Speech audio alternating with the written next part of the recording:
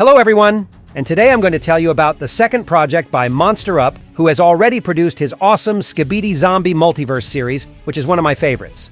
But he decided to experiment with another format and make a new series based on SCP Universe this time, which surprised a lot of fans given that SCP topic was not that popular lately, but it didn't stop Monster Up at all.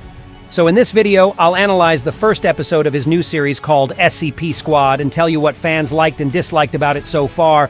And of course, I'll share my own opinion about it with you as well, and also will reveal it to you how the events of SCP-Squad and Skibidi Zombie Multiverse are connected. Now get your tea and snacks ready and prepare to watch this video to the end, because I saved the best part for later. And let's go! So let me tell you first and foremost that if you were a long-term SCP fan, then this new series will definitely give you something to feed upon. But if you don't really know anything about it and its lore, then don't worry, because I will explain everything to you in simple words. So the concept of SCP-Squad is actually pretty simple, and it even may look similar to the initial plotline of Zombie Multiverse. The correlation is that a huge anomaly occurs on Earth, and a special organization gets created in order to save the world from the new dangerous species that broke out and spread all over the planet.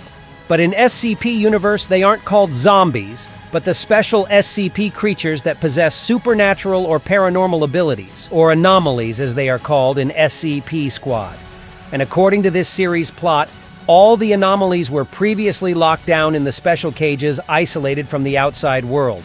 But it happened so that they somehow managed to break out and infiltrate the whole world.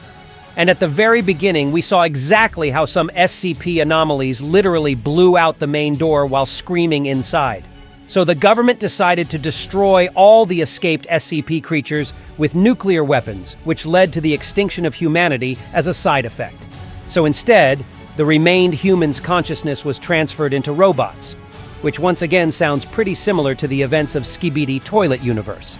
But there is no alliance in the SCP-Squad series, but a special Hydra Squad instead, the goal of which is to eliminate all the remained SCP anomalies and restore the balance of this hopeless world. Okay, and let me address a few things that some long-term fans of SCP Universe wrote to Monster Up regarding his plot. Some mentioned that the decision of destroying the anomalies with the nuclear weapons seemed pretty weird, as lots of the SCP creatures couldn't be destroyed with some physical weapons, for example, SCP-173 aka Sculpture.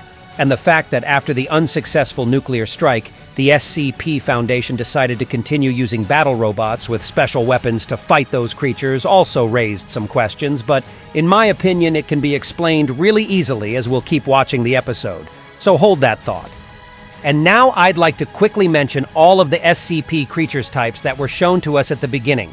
At first we're shown SCP-087 sign, which is an unlit platform staircase where people feel intense paranoia and fear.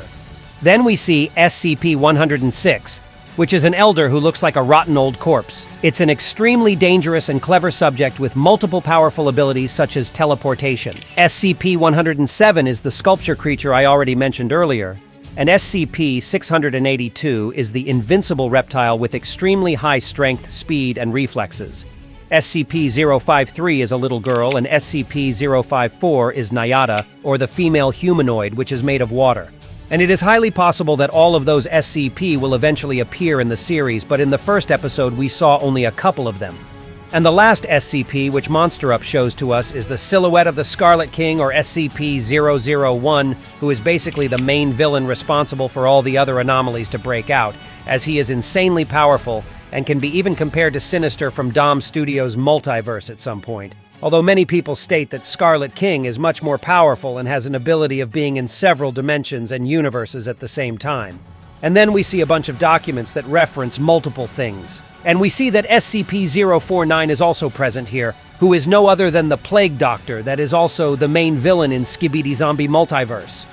And by the way, recently we started to get more and more reveals about his past as he was jailed in SCP Universe together with the Knight aka Male 07. But then both of them managed to escape, and the Plague Doctor became obsessed with the idea of creating the new perfect world for supernatural creatures like him. So is it possible that SCP-Squad is somehow connected to the events of Zombie Multiverse, and that will even get revealed about the Plague Doctor character? I think it is definitely possible. Plus, SCP-Squad got the same voice actor, which can also be a hint to the relation of these two series. And in those documents, we also see references to SCP-Chronicle and Dr. Void, who were the channels dedicated to SCP-Universe and its secrets. Okay, and after that, we see one of the mundane days in this wretched world full of Scarlet King's minions, which are fighting the robots which are supposed to be researching on those freaks. But you must also keep in mind that the flash drives stored inside of those robots are the most important part of their machinery. And if a flash drive with one human's memories is saved from SCP, then this person has a chance of coming back to life, but in a different robot's body. Then somebody uses a special grenade on these minions which spreads the special green gas, which either serves as a smoke cover or disables some of these minions' powers. And after that, the first battle robot shows up, and I must say that now I'll have to force myself from calling these robots cameramen or agents.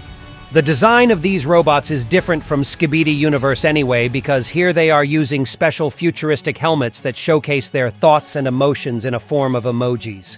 And I think it's made like this so that the robots wouldn't have to call out some SCP names such as Scarlet King, because we know that mentioning him aloud can literally summon him on the battlefield, which would result in the destruction of all the robots involved. And this robot uses the regular guns that seem to work like a charm on these minions anyway. Then we see the appearance of the second battle robot, which seems to be female, and it's worth mentioning that she also uses knives and katana just as Speaker Woman from Boom's universe, which is a nice catch. The third robot shows up later as well, and he seems to be solely focused on his fists that can literally break concrete walls. All three of these Hydra Squad members seem to be insanely skilled, but even they have to prepare themselves for some really dangerous anomaly. And it turns out to be SCP-096, who is already in the rage mode.